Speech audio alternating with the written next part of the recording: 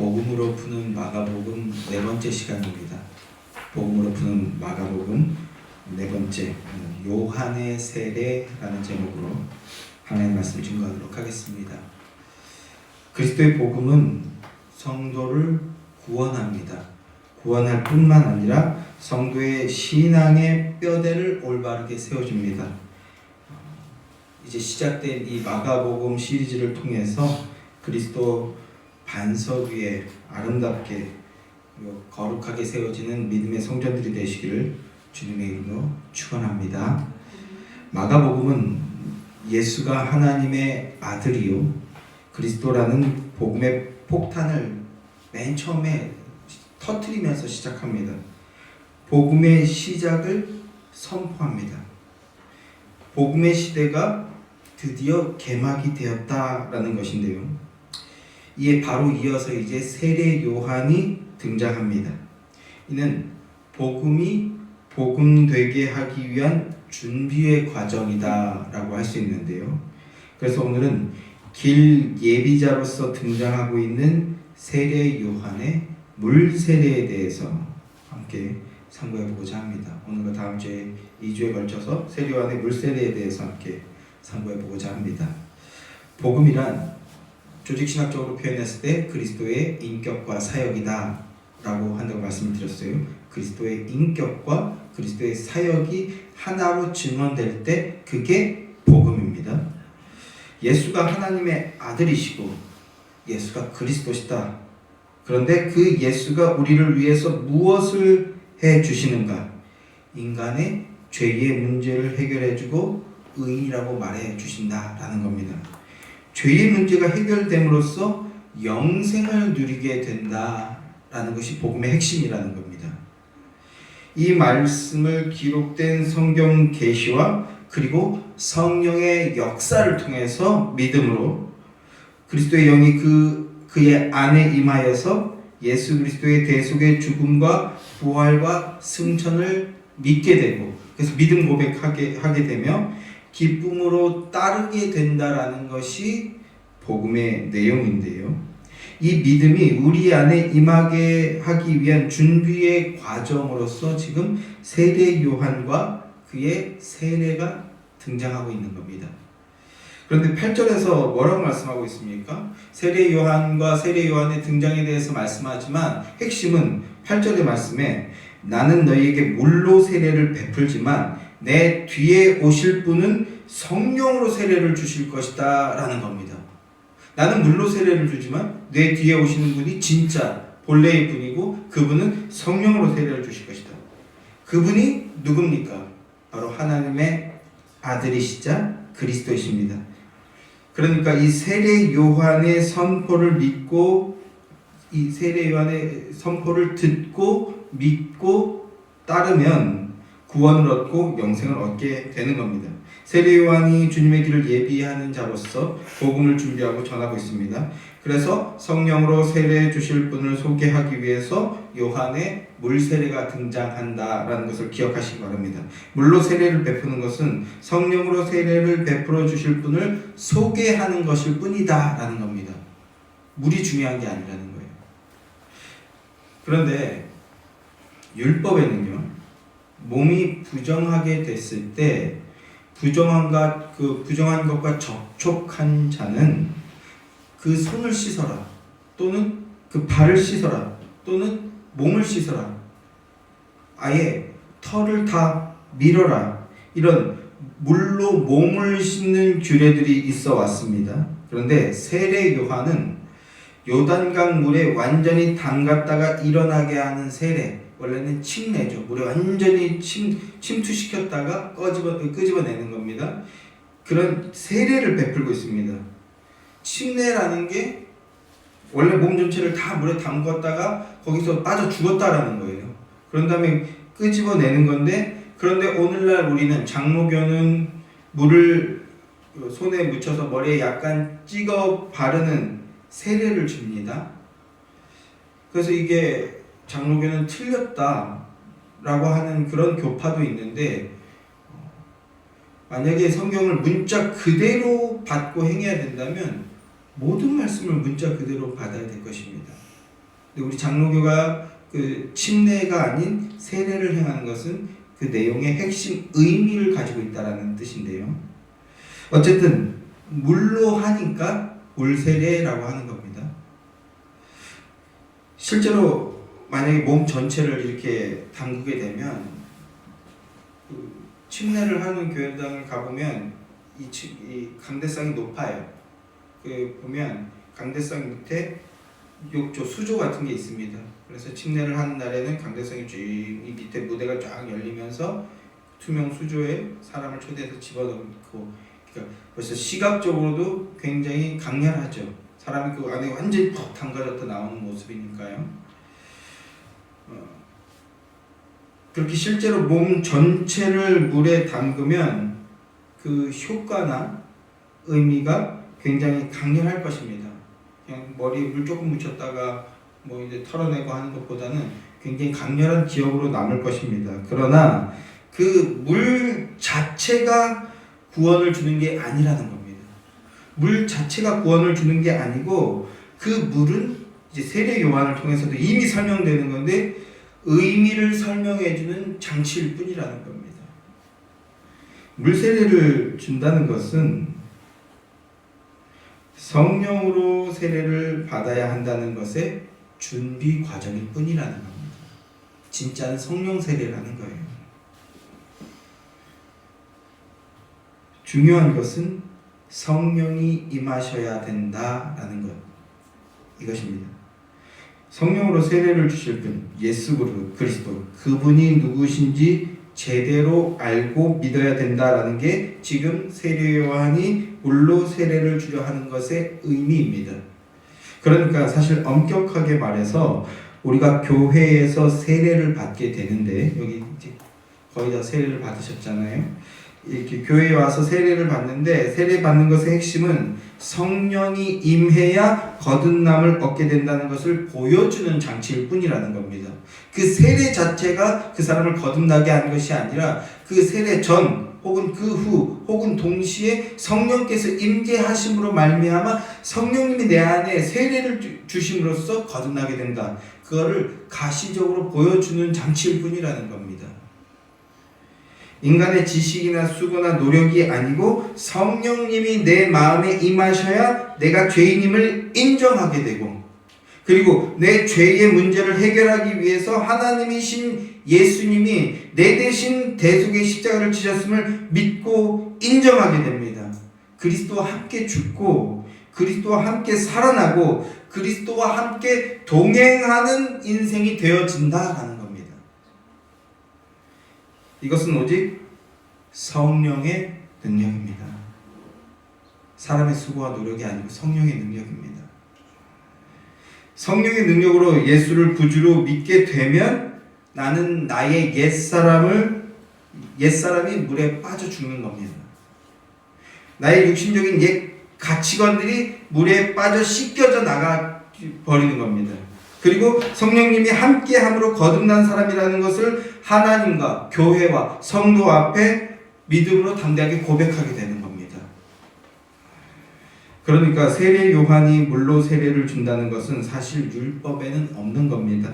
부정하면 몸을 씻으라는 정도는 있었지만 강에서 물에 잠겼다가 일어나는 것을 하나님 나라 백성이라 하거나 예수님을 맞이한 것이다 라고 하는 그런 세례를 말하는 것은 율법에는 사실 없는 겁니다.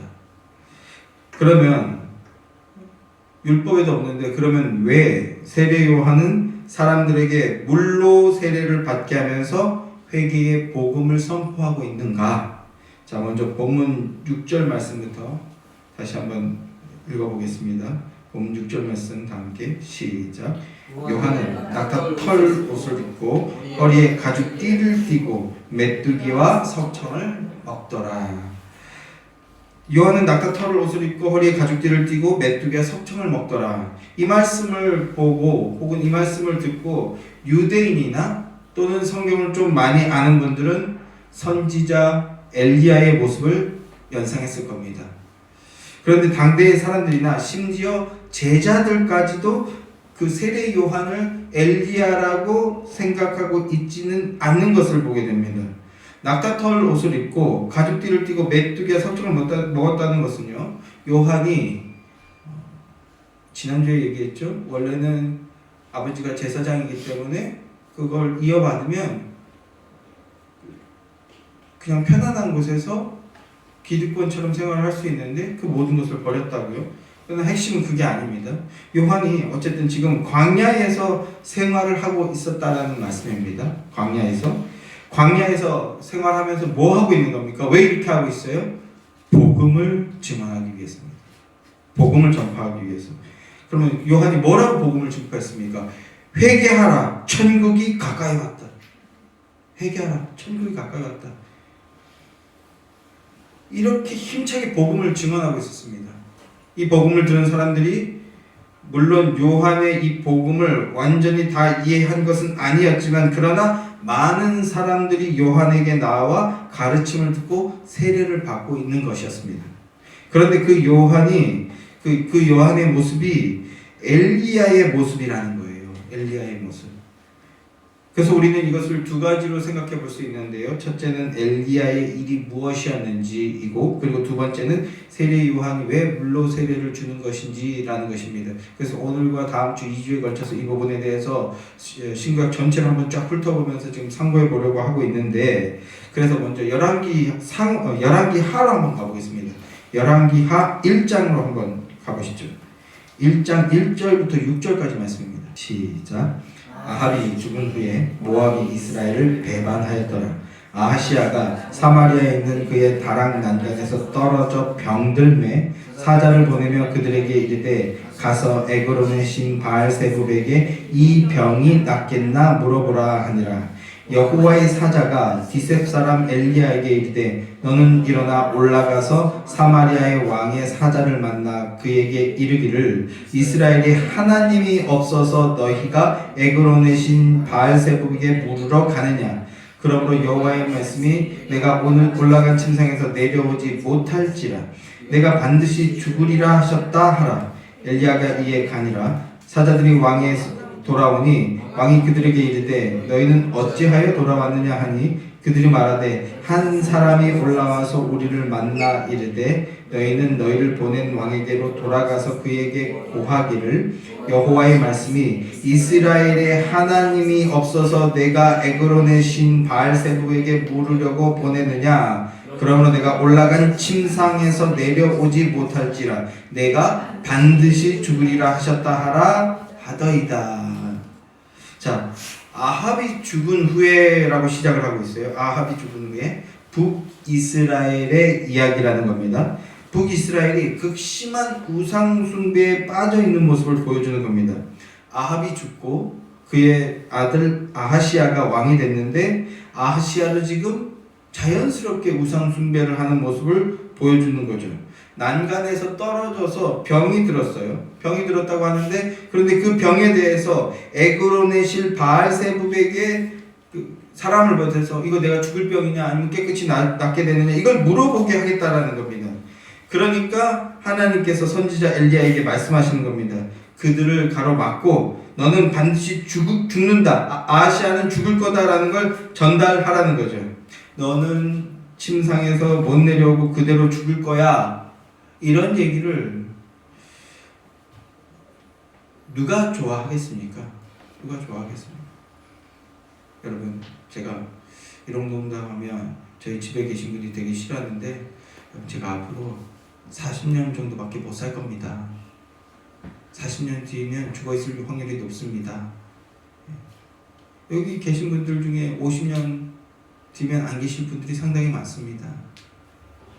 굉장히 지금 완화하게 유머러스하게 표현했지만 그래도 웃자고 한 소리 그 이상은 되지 못할 겁니다. 이걸 팩트로 얘기하면 사람들은 좋아하지 않을 거라는 겁니다.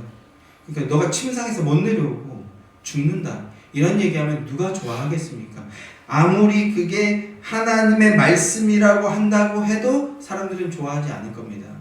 그런데 엘리야는요, 하나님의 사람답게 하나님의 말씀을 가감하지 않고 그대로 전달합니다. 자, 에그론으로 보냈던 신하들이 그 말을 듣고 돌아갑니다. 빨리 돌아오니까 이상하게 여기며 아하시아 왕이 묻는 겁니다. 너희가 어찌 이렇게 빨리 돌아왔냐? 그러니까 그들이 우리가 한 사람을 만났는데 그가 이스라엘의 하나님이 없어서 바알세부에게 그런 거 물으러 가느냐? 이렇게 소리를 치면서 자기들을 가로막았다는 겁니다. 그리고 그러므로 네가 올라간 침상에서 내려오지 못할 거다. 이런 말을 전달하라고 했다라는 겁니다. 자기들에게. 이런 말을 전달받았다는 거예요. 이게 절대적 사실일지라도 누가 감히 이런 말을 할 수 있을까요? 하나님의 사람이 아니라면 불가능한 겁니다. 하나님을 믿고 하나님을 따르는 사람이기 때문에 하나님의 말씀 그대로 전달하는 거죠. 자, 그래서 왕이 묻는 겁니다. 나에 대해서 누가 감히 내게 이런 말을 하느냐? 그러니까 그들이 대답을 하죠. 털이 많은 사람입니다. 옷을 입은 사람입니다. 라는 거예요. 뭐예요? 오늘 본문 마가복음 1장 6절에서 요한이 어떻게 하고 있었다라고 합니까? 낙타 털옷을 입었고 허리에 가죽띠를 띄었다라고 되어 있죠. 그러니까 유대인들이라면 마가복음 1장 6절 말씀을 보고 엘리야를 떠올렸을 거라는 겁니다. 엘리야. 그리고 세례 요한은 엘리야의 일을 하고 있는 것이다 라는 말씀이라는 겁니다. 단순히 모습만 흉내낸 것이 아니라 세례 요한의 일이 바로 엘리야가 했던 일이고 엘리야가 했던 일이 바로 세례 요한의 할 일의 모형이었다라는 것입니다. 그래서 열왕기서에 이어지는 말씀들을 보면요, 엘리야와 50부장들의 전투 이야기가 등장을 하는데요, 엘리야의 말을 듣고 빈정이 상한 아하시아가 50부장을 보내서 그를 잡아오라 이렇게 명령을 합니다. 그래서 9절 10절 말씀 한번 보십시오. 1장 9절부터 10절 1장 9절 10절 말씀입니다. 열왕기하 1장 9절 10절 말씀 함께 시작. 이에 50부장과 그의 군사 50명을 엘리야에게로 보내매 그가 엘리야에게로 올라가 본즉 산 꼭대기에 앉아 있는지라. 그가 엘리야에게 이르되 하나님의 사람이여 왕의 사람이 내려오라 하셨나이다.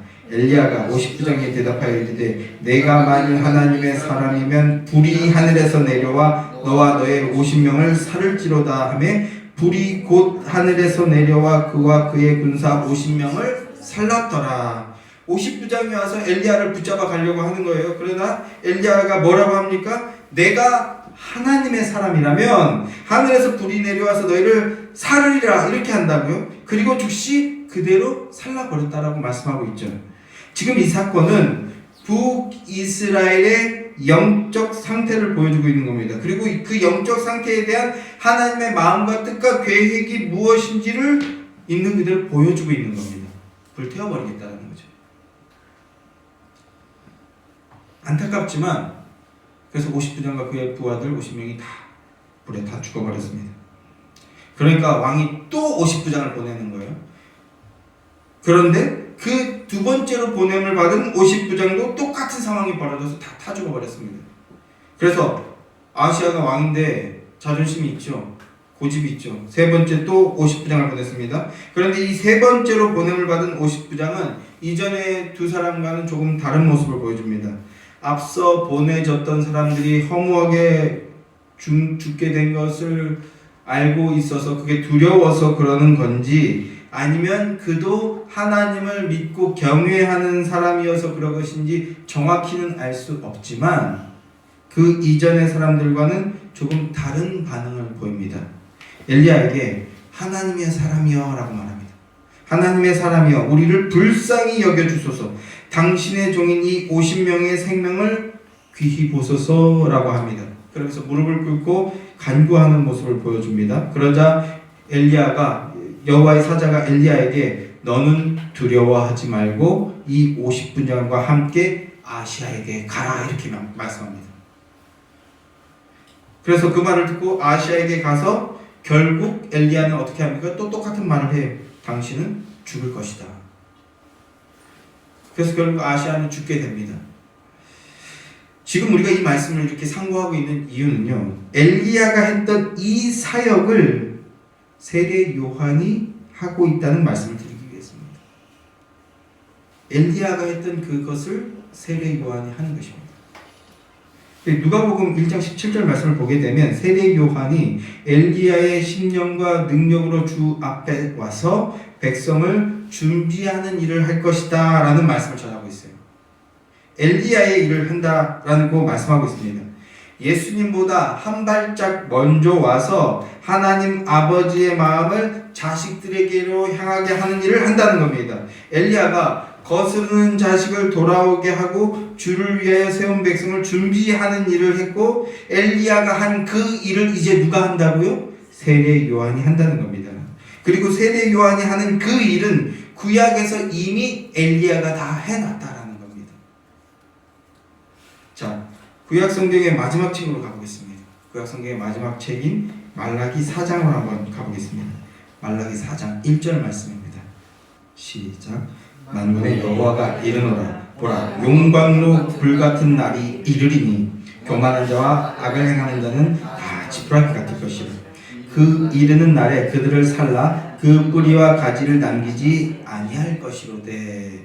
자, 만군의 여호와의 날이 이르는데 그 날이 어떠하다고 말씀하고 있습니까? 용광로 불 같을 거다라고 합니다.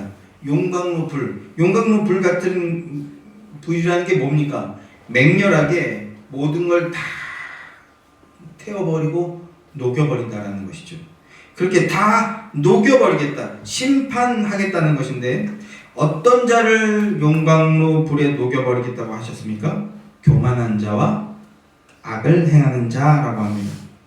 여러분, 성경이 말씀하는 교만한 자, 악을 행하는 자가 누굽니까?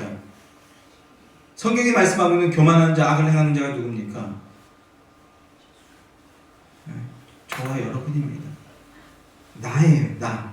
예수님을 주로 믿지 않고 자기의 뜻과 자기의 영광을 추구하며 사는 인생, 내가 나의 주인인 인생이 바로 성경이 말씀하는 교만한 자입니다. 예수님을 주로 인정하지 않고 자기 중심적으로 사는 인생.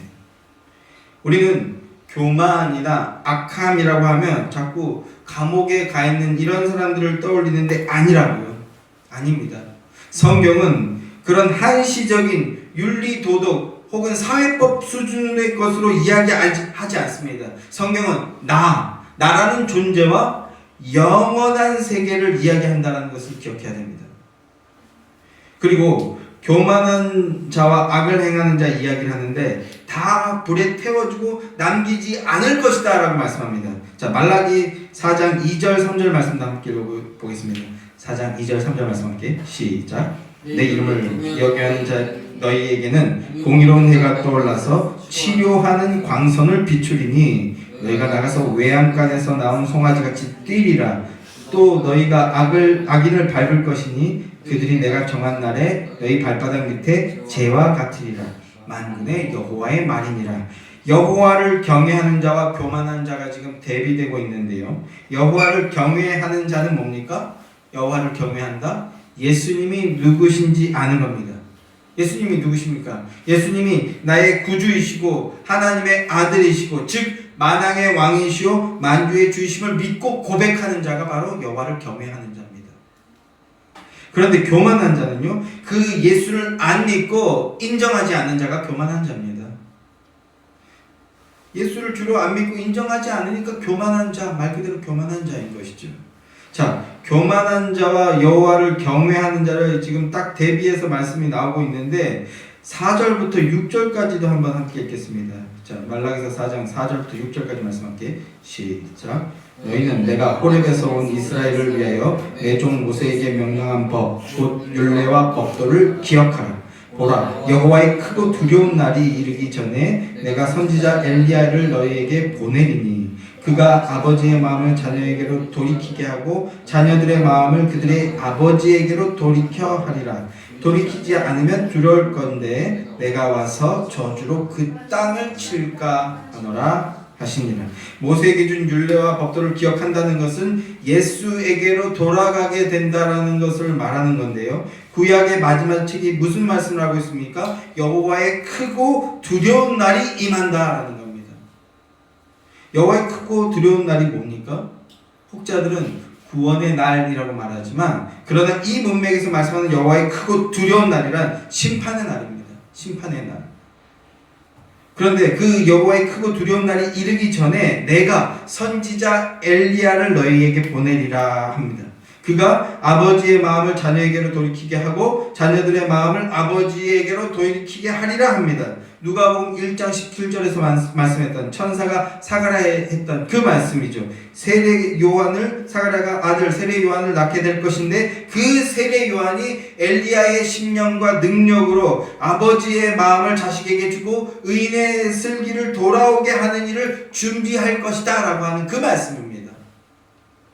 그러니까 지금 세례 요한은 겉모습도 엘리야의 모습이고 그리고 그가 한 일도 엘리야가 한 일을 그 일을 하게 될 것이라는 것을 정확하게 말씀하고 있다는 겁니다. 만약에 그렇게 안 하면 어떻게 된다? 저주로 그 땅을 칠까 하노라 라고 말씀하고 있죠. 저주로 그 땅을 칠까 하노라. 열왕기서에서 엘리야가 50부장에게 했던 일, 그 앞선 두 50부장을 불에 태워 죽이고 그런데 나머지 세 번째 회개하면서 간구하고 은혜를 구하니까 어떻게 했다고요? 용서해 줬잖아요. 받아들여 줬잖아요. 그 일과 그리고 말라기 4장의 일을 세례 요한이 하고 있다라는 겁니다. 그러니까 예수를 믿는다. 예수를 하나님의 아들이요 그리스도로 믿는다는 이 말은요. 여호와의 크고 두려운 날이 심판의 날이 된다라는 것을 뜻하는 겁니다. 그러니까 말라기서의 맥락은 지금 회개 안 하면 너희는 심판받게 된다라는 말을 하고 있는 거라고요. 회개해야 심판 안 받는다. 예수님 당시의 유대인들은 그런데 그렇게 생각하지 않았다는 겁니다. 육신의 법이라고 하죠. 우리는 아브라함의 자손이고 우리는 모세의 율법을 어려서부터 잘 지켜왔다. 율법으로 흠이 없는 자라고 스스로 생각하고 있다라는 겁니다. 그러니 여호와의 크고 두려운 날을 심판의 달로 여기지 않고 그저 구원이 우리가 받은 구원이 확정되는 날 이렇게 생각을 하고 있다는 겁니다. 그런데 뭐라고요? 그날 너희는 심판받게 될 것이다 라고 말씀하고 있다는 겁니다. 회개하지 않으면 돌이키지 않으면 너희가 심판을 면하지 못할 것이다. 이게 구약 성경의 마지막 메시지라는 겁니다. 그리고 그 이후로 400년 동안 아무런 선지자도 나타나지 않고 아무런 메시지도 주어지지 않는 겁니다. 심판의 날을 두렵고 떨림으로 준비하라는 것이죠. 그럼에도 유대인들은 자기들은 구원을 받을 거고 세리나 죄인들 같은 이방인들이나 심판을 받게 될 것이다. 이런 생각을 하고 있었다라는 거예요. 그런데 예수님이 오셔서 무엇 하십니까? 그런 것들을 다 뒤집어 엎어버리시는 거거든요. 그리고 지금 세례 요한은 그 예수님의 길잡이로 와서 예수님이 그 일을 계획대로 진행할 수 있도록 준비하고 있는 거라는 겁니다. 자, 사람들은 엘리야가 오기를 기다리고 있습니다. 그런데 자기들이 생각하는 엘리야가 온 게 아니라 요한이 온 겁니다. 세례 요한이. 사람들의 기대나 판단과는 다른 상황이 벌어지고 있는 거예요. 그런데 예수님께서 세례 요한을 보고 엘리야다 라고 하시거든요. 여러분, 예수님의 말씀을 들으실 겁니까? 아니면 그냥 성경에 나와 있는 문자적인 말만 그대로 믿으실 겁니까? 어떻게 하실 거예요? 예수님께서 세례 요한을 보고 저이가 엘리야다. 그러면 우리는 뭐라고 해야 되겠습니까? 아멘이라고 해야죠. 아멘. 여러분 그렇게 하실 수 있겠습니까? 예수님의 말씀 앞에 아멘이라고 순복하실 수 있겠어요? 그렇게 되려면 우리의 육신의 법이 무너져야 된다는 겁니다. 우리의 경험과 이성적인 판단이 무너져 내려야 합니다. 우리 내면 속에 우리 안에 있는 그 주인 의식이 무너져 내려야 된다고요.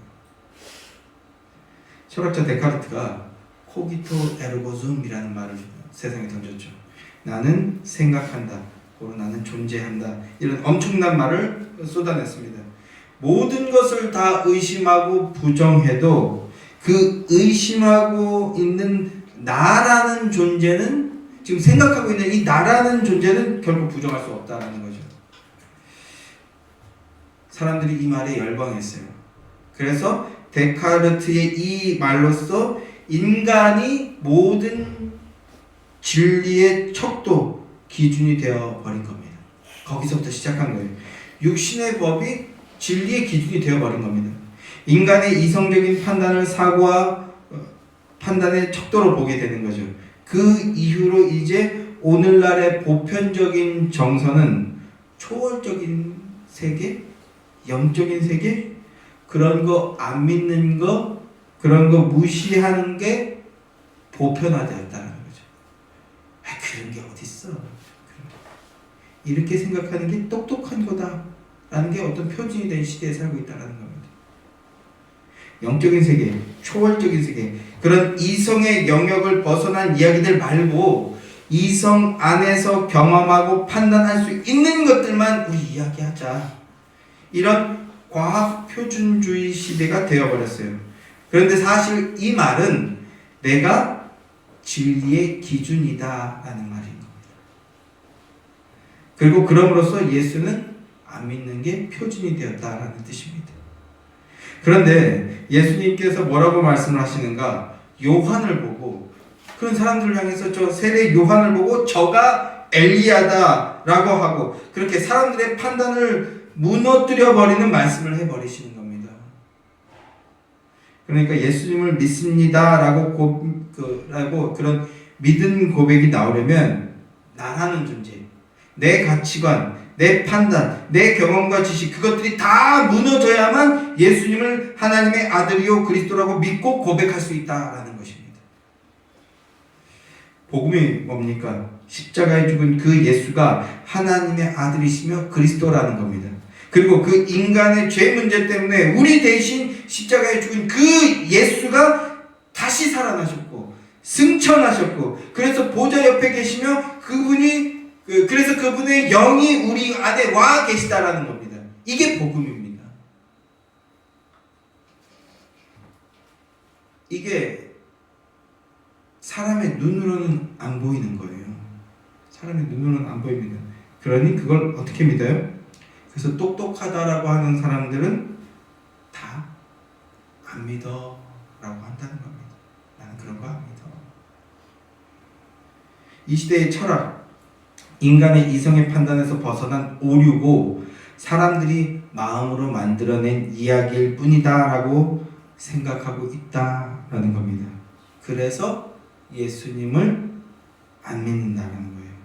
그런데 그 중에 어떤 사람들이 그 예수가 하나님의 아들이시고 그리스도이심을 믿고 따르게 된다는 겁니다.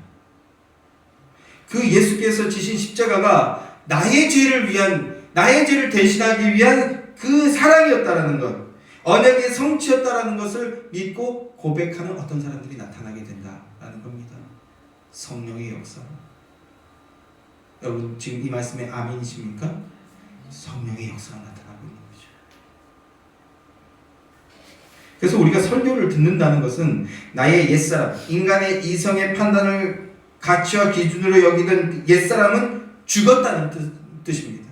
그 옛사람은 죽었다는 것을 뜻하고 나의 옛 가치 판단이 죽었다라는 말입니다. 마가복음 9장 11절 말씀을 보면 예수님께서 엘리야에 대한 말씀을 하시는 것을 보게 되는데요. 9장 11절 말씀 제가 읽어드리겠습니다. 이에 예수께서 묻자와 이르되 어찌하여 서기관들이 엘리야가 먼저 와야 하리라 하나이까? 이렇게 묻는데요. 이게 무슨 말씀이냐면 변화산에서 예수님께서 영광스럽게 변화된 모습을 제자들이 보게 된 겁니다. 예수님께서 영화된 모습을 보여주실 때 그때 그 자리에 또 누가 있었습니까? 모세와 엘리야가 나타났죠. 모세는 율법을 상징하고 엘리야는 선지자의 대표로서 고난받는 메신저 이런 것들을 나타낸다고 볼 수 있는데, 그 모습을 보고 베드로가 이제 너무나 황홀하고 아름다운 모습이니까 그 모습을 보고 급발진하는 거죠. 예수님 여기가 너무나 좋습니다. 여기에다 초막을 짓고 여기에서 삽시다. 여기가 천국인 것 같습니다. 우리 이제 여기서 영원토록 살아요. 막 이렇게 급발진을 합니다. 예수님의 영화된 모습을 본 것은 거기가 천국이죠. 그런데 조금 더 있으니까 언제 그랬냐는 듯이 모세와 엘리야는 사라지고 누구만 보입니까? 다시 인간적인 모습을 하고 있는 예수님만 보이더라는 거죠. 그런데 그때 또 무슨 일이 일어납니까? 하늘에서 음성이 들립니다. 이는 내 사랑하는 아들이니 너희는 그의 말을 들으라. 이렇게 말씀하십니다. 예수님의 말을 들으라. 예수님의 말을 믿고 들으라. 이렇게 말씀합니다. 베드로와 야고보와 요한의 눈에 안 그래도 예수님이 대단하고 훌륭한 사람으로 보였는데 이 순간 이제 뭔가 예수님이 그 전과 또 좀 더 다르게 보였겠죠.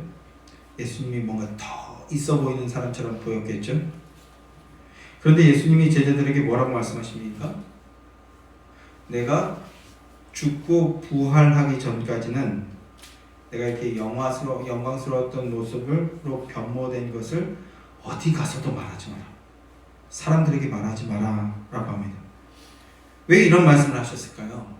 예수님이 아셨던 거죠. 그들의 잘못된 메시아관을 예수님이 알고 계셨던 거죠. 인간적인 기대를 가지고 인간적인 메시아로 추종할 것이라는 것을 아신 거죠. 그래서 너희가 생각하는 그런 메시아가 아니라는 겁니다. 그래서 내 이 영광스러운 모습을 너희는 내가 죽고 부활할 때까지 절대 말하지 마라. 이렇게 말씀하시는 겁니다. 그러나 제자들이 뭐라고 대답을 합니까?